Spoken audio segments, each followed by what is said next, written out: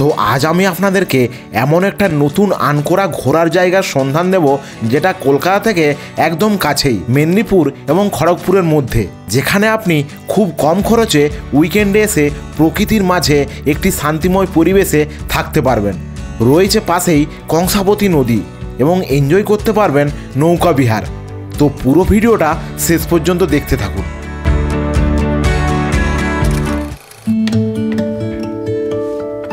তো বন্ধুরা কেমন আছেন? আশা করি ভালো আছেন। তো আজ আমাদের উইকেন্ডের গন্তব্য হলো খড়গপুরের কংসাবতী এগ্রি অ্যাডভেঞ্চার পার্ক। তাই সকাল সকাল নিজের গাড়ি করেই বেরিয়ে পড়েছিলাম। প্রথমে আপনাকে খড়গপুরের চৌরঙ্গি আসতে হবে, তারপর এনএইচ থেকে নেমে 4-5টি গ্রাম পেরিয়েই কংসাবতী নদীর তীরে কংসাবতী এগ্রি অ্যাডভেঞ্চার পার্ক। এই তো আমরা আমাদের গন্তব্যে পৌঁছে গেছি। প্রথমে 30 টাকার একটি এন্ট্রি টিকিট কেটে আমরা রিসেপশনে গিয়েছিলাম।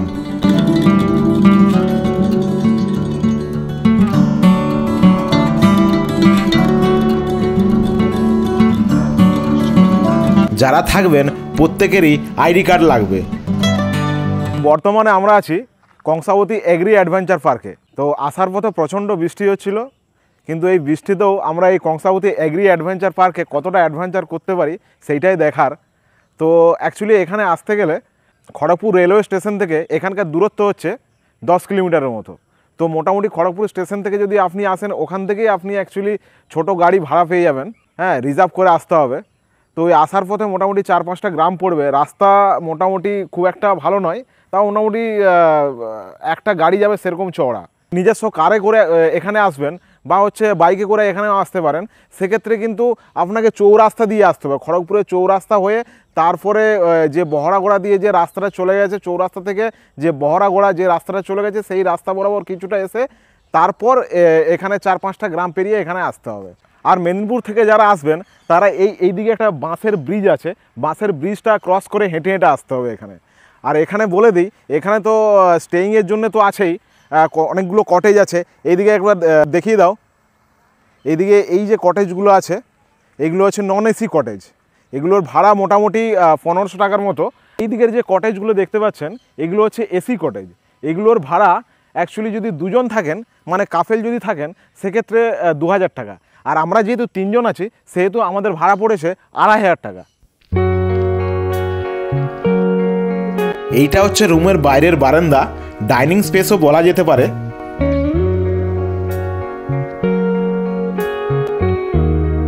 এটা হচ্ছে আমাদের রুম, এসি আছে, সঙ্গে অ্যাটাচ বাথরুম। বাথরুমটাও বেশ পরিষ্কার পরিচ্ছন্ন। আপনাদেরকে পুরো রিসর্টটা একবার ঘুরিয়ে দেখিয়ে দিই।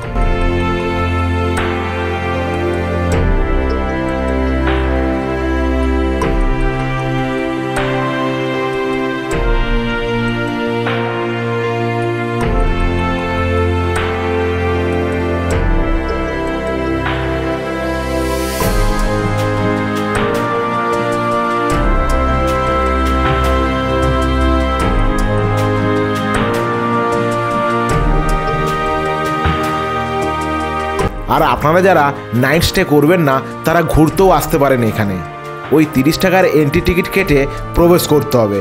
চাইলে আপনারা ফ্যামিলি নিয়ে এখানে পিকনিকও করতে পারেন।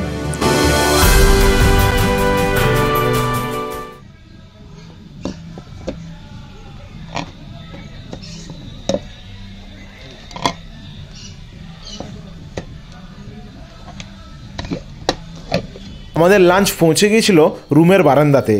ফ্রাইড রাইস আর ডিম আলুর ঝোল ছিল। 150 টাকার মতো পড়েছিল পার হেড। খাওয়ার পর আবার বৃষ্টিটা শুরু হয়েছিল, তাই বারান্দাতে বসে বসেই বৃষ্টি উপভোগ করছিলাম।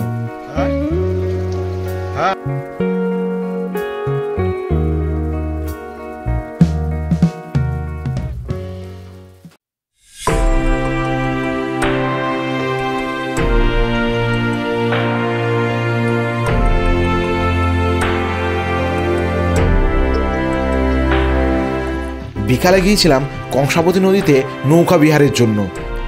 রিসর্ট থেকে 2 মিনিটের হাঁটা দূরত্বে।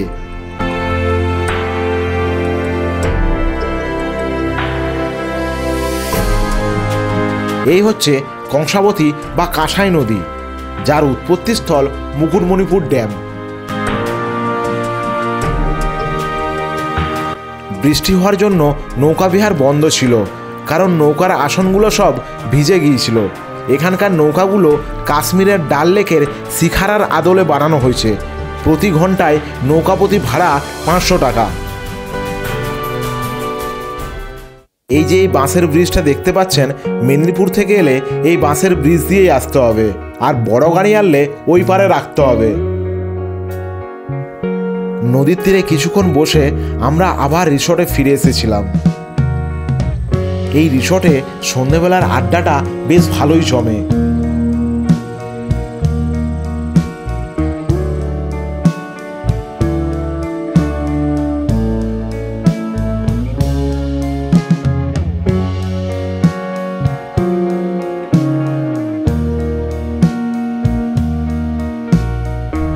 একটা দিন মোটামুটি বেশ ভালোই কাটলো, তবে আমার দুটো জিনিস বেশ নেগেটিভ লেগেছে। 1 নাম্বার, রিসর্টটা অনেকটাই ভিতরের দিকে। 2 নাম্বার, সার্ভিস আর একটু বেটার হতে পারত। সকলকে ধন্যবাদ, ভালো থাকবেন।